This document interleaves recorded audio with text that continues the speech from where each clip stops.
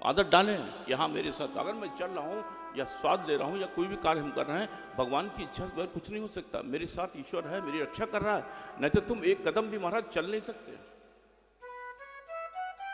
खाली पुकारने की तो आवश्यकता, लेकिन क्या है, क्योंकि संसार में हम इतना उलझ जाते हैं महाराज, इसलिए उसकी विस्मृति हो गई। और विस्मृति ही सबसे बड़ा जीवन का संकट है। प्रभु का विस्मरण, भगवान का विस्मरण सबसे बड़ा संकट है। प्रेम से बोलो श्री राधे। विस्मृति कभी ना हो। प्रभु से मांगना, प्रभु सदा तुम्हारा स्मरण चलता रहे, संसार में मैं रहूं लेकिन तुम्हारी कभी भी विस्मरण ना हो, तुम्हारे सदा याद बनी रहे।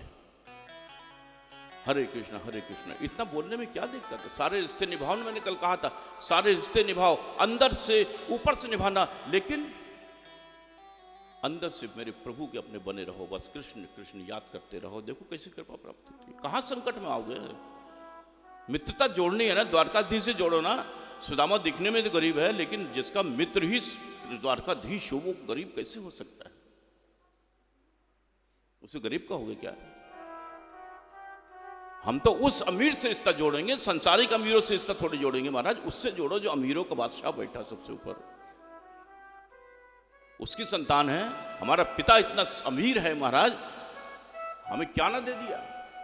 और श्री भगवान आते हैं रक्षा करने के लिए। ग्रह को देखते, दृश्य क्या है यहाँ पर सरोवर में, कि ग्रह आए थे गजेंद्र की रक्षा करने के लिए। झांकी का देखते हैं कि यहाँ पे तो दो की रक्षा करनी पड़ रही है महाराज। एक तो गजेंद्र, ऊपर से ये जिसने गजेंद्र के पैर पकड़ रखे हों, चरण पकड़ रखे हों, तो ये भी तो मेरा भक्त का भक्त है। देखिए, इसीलिए भक्तों के भक्त की भी जय जयकार है। एक तो मेरा ये भक्त है और इसने मेरे भक्त के पैर पकड़ रखे हों, तो इसका भी तो उद्धार करना पड़ेगा। भगवान की लीला बहुत अटपटी होती है। आज थे गजेंद्र का उद्धार करने के लिए, यहां देखते हैं यहां तो दो हैं, बचाने में एक को आया, यहां तो दो को है। भगवान ने देखा कि पहले मैं किसका उद्धार करूं। श्री भगवान का जो स्वभाव है बड़ा ही अटपटा, बहुत ही रहस्य से भरा हुआ है। भगवान ने कहा गजेंद्र तो मेरा अपना है, कोई बात नहीं, इससे हिसाब किताब बाद में होता रहेगा, लेकिन पहले जिसने मेरे भक्त के चरण पकड़ रखे हों, पहले उसका उद्धार करता हूं। श्री भगवान ने सुदर्शन चक्र महाराज लिया हाथ में, आ गया सुदर्शन चक्र, और उसी पल ग्रह की गर्दन को शरीर से उसे अलग कर दिया है, उसको मुक्त कर दिया है। ग्रह को भी श्री भगवान का धाम प्राप्त हो जाता है। जो भगवान के हाथों से मारा जाता है उसको मोक्ष की प्राप्ति होती है। और फिर गजेंद्र को इस प्रकार से ग्रह के फंदे से मुक्त किया जाता है। बहुत सुंदर प्रसंग है। इसलिए हमेशा याद रखना कि कभी ना तो भूत में खोना, ना ही भविष्य में। जीवन जो है वो, फिर दोहरा रहा हूं कि जीवन जो है वो प्रेजेंट टाइम है, वर्तमान है।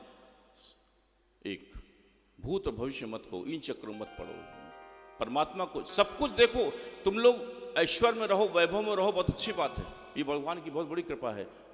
ऐश्वर्य मिलना भी, राजा महाराज, जीवन जीना है तो ऐसे जीना जैसे जनक जी महाराज जीते हैं। जनक जी महाराज चक्रवर्ती सम्राट, सब कुछ, रानी पटरानी, बड़े बड़े महल, बहुत बड़ा महल, सब कुछ है। एक दिन सूचना मिली जनक जी महाराज को कि महाराज महल में आग लग गई, महल में आग लग गई। और जो संत लोग अपने आप को भगवान का भक्त कहते थे, वो सबसे पहले अपनी जान बचाने के लिए दौड़े, जान बचाने के लिए दौड़े। और संत के पास क्या होता है? लोटा, लंगोटा और एक सोटा, तीन चीजें हैं। अगर संत के पास इससे ज्यादा अगर चीज मिलती है तो वो संत नहीं है, वो एक महाराज संत के रूप में कालनेमी है, वो संत नहीं है। आजकल के संतों की तरह नहीं, महाराज गव्वा दान कर दो, महाराज आश्रम बनाने के लिए दान कर दो। आज ये देखना, अरे तुम तो ईट गाड़ो के उसके चक्कर में पड़े हो, आश्रमों के चक्कर में। भगवान की भक्ति कब होगी? बड़े बड़े महाराज, चाहे व्यास हो, चाहे कोई संत हो, जिसको देखो, अरे महाराज गव्वे दान कर दो, गाय दान कर दो, कंबल दान कर दो, आश्रम को ये चाहिए, ये चाहिए, वो चाहिए, करने वाले कर रहे हैं खूब। जो इस चक्कर में पड़ गया, आश्रमों के चक्कर में पड़ गया, वो संत नहीं हो सकता। जो बड़े बड़ी एयर कंडीशनर गाड़ियों में घूमते, वो संत नहीं हो सकते। उनको पूछिए लेकिन वो विषय दूसरा हो जाएगा, महाराज कोई सुन लेगा तो शायद बुरा मान जाएगा, कोई अगर बैठे से लोग, वो विषय हम ज़्यादा बढ़ाते नहीं हैं। जो ऐश्वर्य में खोया हुआ हो महाराज, एयर कंडीशन रूम में सोता हुआ संत, वो संत नहीं हो सकता। संत तो मिलते ही नहीं महाराज। आज तो संत देखें तो ढूंढे भी नहीं मिलेगा, शायद हिमालय की कंदराओं में कोई एक मिल जाए, ऐसा कोई शायद तुम्हारा सौभाग्य होगा जो दर्शन हो जाए। संत को कुछ नहीं चाहिए, संत के जीवन में बस केवल लोटा लंगोटा और सोटा, और पेट में भोजन थोड़ा हो गया, राम का नाम जब चल रहा, उससे राम से मतलब है तुम्हारे ईंट गारों के बने हुए मकान और ईंट गारों के बनाए हुए आश्रमों से कोई लेना देना नहीं है। अगर सच्चा संत है वो कभी चक्कर में नहीं पड़ेगा, उसको अपने जीवन संवारना है। सन्यास किस क्यों लिया? तुम्हारी जो कामनाएं हैं वो सबको तुम्हारे अंदर तो भरी पड़ी हैं, तुम्हें हर चीज चाहिए, तुम्हें एयर कंडीशन रूम चाहिए, तुम्हें बहुत सुंदर वस्त्र चाहिए, तुम्हें सब कुछ चाहिए, तुम संत काहे के हो गए? अगर गलत कह रहा हूं तो बोलिए, जितने लोग बैठे हैं यहाँ पर, ये सच्चाई है।